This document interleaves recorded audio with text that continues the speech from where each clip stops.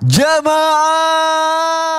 Yeay. Oh jamaah. Yeay. Alhamdulillah. Tepuk tangan dong, dengan semangat. Kita masih di Islam itu indah. Masya Allah, tabarakallah. Semangat untuk belajar ya. Tema kita juga masih sama ya buat jamaah yang baru bergabung. Hari ini kita sedang membahas tema jika aku seperti anak kecil lagi. Sabar ya nak ya. Insya Allah anak-anak kita bisa sabar ya menghadapi kita ya. Insya Allah kita juga bisa memberikan yang terbaik untuk orang tua kita.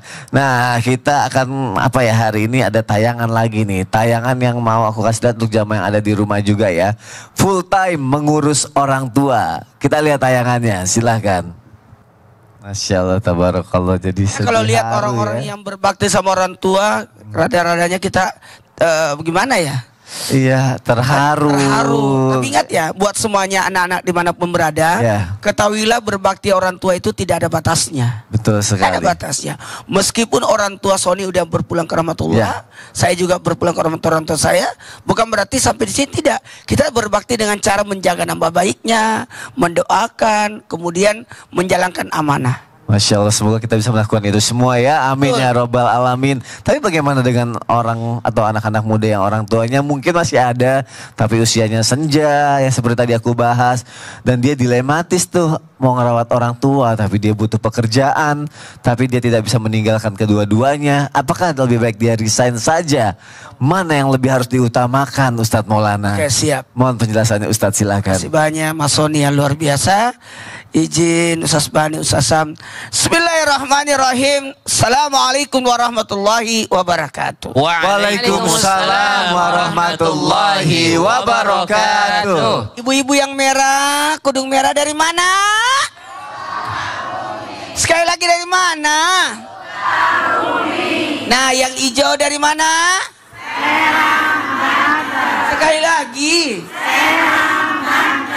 Udah di absen tuh. Dilihat sama keluarganya di rumah. Sampai nggak mak saya? Tahu nggak? Bisa jadi anak-anak ibu di rumah lagi nontonin ibu karena cintanya sama ibunya. Udah nyampe nggak ibuku di TV? Di absenin ya, takut kemana-mana ya ternyata ya. Mana-mana. Nah, pertanyaan ini bagus. Dilema antara kerja atau mengurus orang tua. Yang mana didahulukan? Mau tahu? Mau dong. Jawabannya adalah bekerja agar supaya bisa mengurus orang tua. Gak ada yang tepuk tangan ya. Padahal saya simpan kata-katain dari tadi nih. Itu udah punchline-nya ya. Nah, Ya. bekerjalah untuk mengurus orang tua. Tepuk tangan. Bagaimana bisa mengurus orang tua kalau tidak ada kerjaan? Udah cukup tepuk tangannya. Tepuk tangan mulu. Udah sekali aja. Jadi bagaimana caranya bisa mengurus orang tua kalau tidak ada kerjaan? Kan orang tua butuh dana, obat, makanan, perawatan. Maka bekerjalah untuk mengurus orang tua. Mengurus orang tua dalam hal ini berbakti kepada orang tua. Mohon maaf, tidak mesti kita ada di tangan kita berhadapan. Bisa kita bayarin orang untuk ngurus. Bisa beritahu saudara kita untuk ngerawat, kita yang dananya. Seperti itu. Karena apalagi nih, buat orang tua seorang anak dalam hal ini punya kewajiban yang lain. Punya kewajiban nafkah kepada anak istrinya. Kan bukan aja kepada orang tua, kan dia punya kewajiban juga yang lain. Yang paling penting, carilah pekerjaan. Kalau memang masih ada pekerjaan yang bisa dikerjakan di rumah, kenapa tidak? Ya. Kerja di rumah sekaligus rawat orang tua. Berarti memang kita prioritaskan pekerjaan juga, tapi juga prioritaskan orang tua juga gitu jadi ya. Tujuannya untuk orang tua semuanya jadi ya. niatkan aja bekerjanya itu sebagai niat untuk bisa berbakti kepada orang tua. Masya Allah, terima kasih Ustadz Maulana. Tepuk tangannya dong. Masya Allah, tabarakallah. Semoga ini bisa menjadi jawaban terbaik untuk jamaah yang ada di rumah ya. Masih banyak lagi, masih panjang lagi perjalanan kita. Tapi sebelumnya aku mau ngasih kesempatan nih untuk jamaah yang ada dari mana? Dari mana? Dari mana yang di bawah?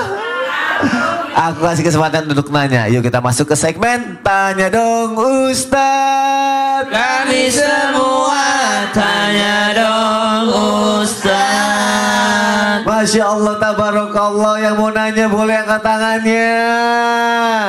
Siapa ya? Aku pilih dulu dari Sukabumi ya.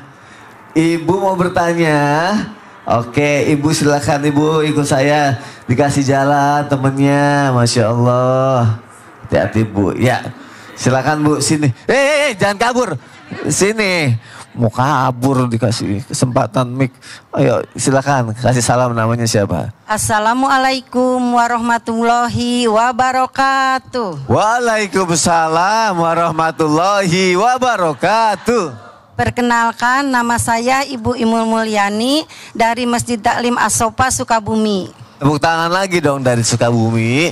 Ibu Imul mau nanya sama siapa? Ke Pak Ustadz Bani. Boleh. Siap. Silakan Ibu Imul. Pak, benar enggak di saat orang tua kayak anak kecil lagi, sebenarnya orang tua ingin dituruti kemauannya, semua kemauannya. Cuma bila enggak dituruti pasti marah. Pertanyaannya, berdosakah kita? Terima kasih. Wassalamualaikum warahmatullahi wabarakatuh. Waalaikumsalam warahmatullahi wabarakatuh. Gimana Ustadz pertanyaan dari Ibu Imul Daratista ini Ustadz?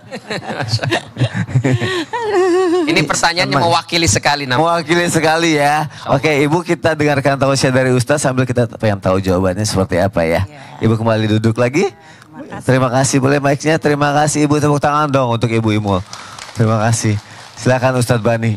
Bismillah wassalatu wassalamu ala rasulillah wa ala alihi wa ashabihi wa mawalah la hawla wa la quwata illa billah.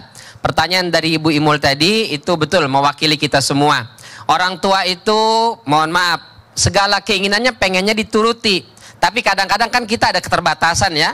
Bisa keterbatasan ekonominya, keterbatasan waktunya, dan lain sebagainya. Sehingga ada hal-hal yang mungkin tidak bisa kita penuhi semua keinginannya. Lalu dia marah, dosa nggak kita nih? Masya Allah. Apalagi kata dokter, jangan makan ini dulu ya Bu. Ibunya, kapan lagi makan? Bu nanti tambah parah sakitnya. Kalau mati mah mati aja. Ya nggak Bu? Mau makan itu, mau nggak makan itu, kalau katanya mati, mati katanya. Masya Allah. Kita bagaimana anak nih? Kata Ibnu Umar, ibka'ul walidaini minal uquq. Menyebabkan orang tua menangis, kesel, emosi, termasuk kategori durhaka. Dosa kita, dosa. Nauzubillah min dzalik. Tapi kata para ulama ada dua rambunya. Yang pertama, selama kita tidak membentak dan mengeluarkan kata-kata kasar. Yang kedua, bicaranya dengan bahasa yang sopan, bukan pelan ya. Karena kalau pelan gak kedengeran, kenceng aja gak kedengeran. Bu, makan, makan. Apa? Makan. Apa? Gak kedengeran. Maka bukan pelan, sopan. Selama dua ini kita jaga. Yang pertama, tidak membentak, tidak mengeluarkan kata-kata kasar. Yang kedua, bicaranya sopan. Meskipun itu membuat dia kecewa, kesal dan menangis, insya Allah tidak berdosa. Amin ya Rabbal Alamin. Karena memang tidak semua bisa kita turuti. Benar nggak? Semuanya nggak bisa kita turuti. Dan orang tua kayak anak kecil tadi, semua dia minta. Begitu juga dulu ketika kita masih kecil, kan kita maunya semua kita beli, semuanya kita minta. Tapi ada juga orang tua bilang, jangan yang ini ya. Tapi tetap dengan bahasa yang sopan, dengan bahasa yang halus ya. Bukan pelan, kalau pelan nggak kedengeran. Gak kedengeran, bener. Gimana Ibu terjawab? Alhamdulillah. Terima kasih Ustadz Bani, tepuk tangannya dong. Masya Allah, tabarakallah. Ustadz Syam. Ya Mas Sudi. Lanjut lagi Ustadz Syam, ini menarik apa sekali. lagi? Tentang mengenai orang tua yang kayak anak kecil lagi, balik lagi. Terkadang banyak yang merasakan gini, aduh orang tua gue kenapa sih tiap saat bilang mau pulang gitu.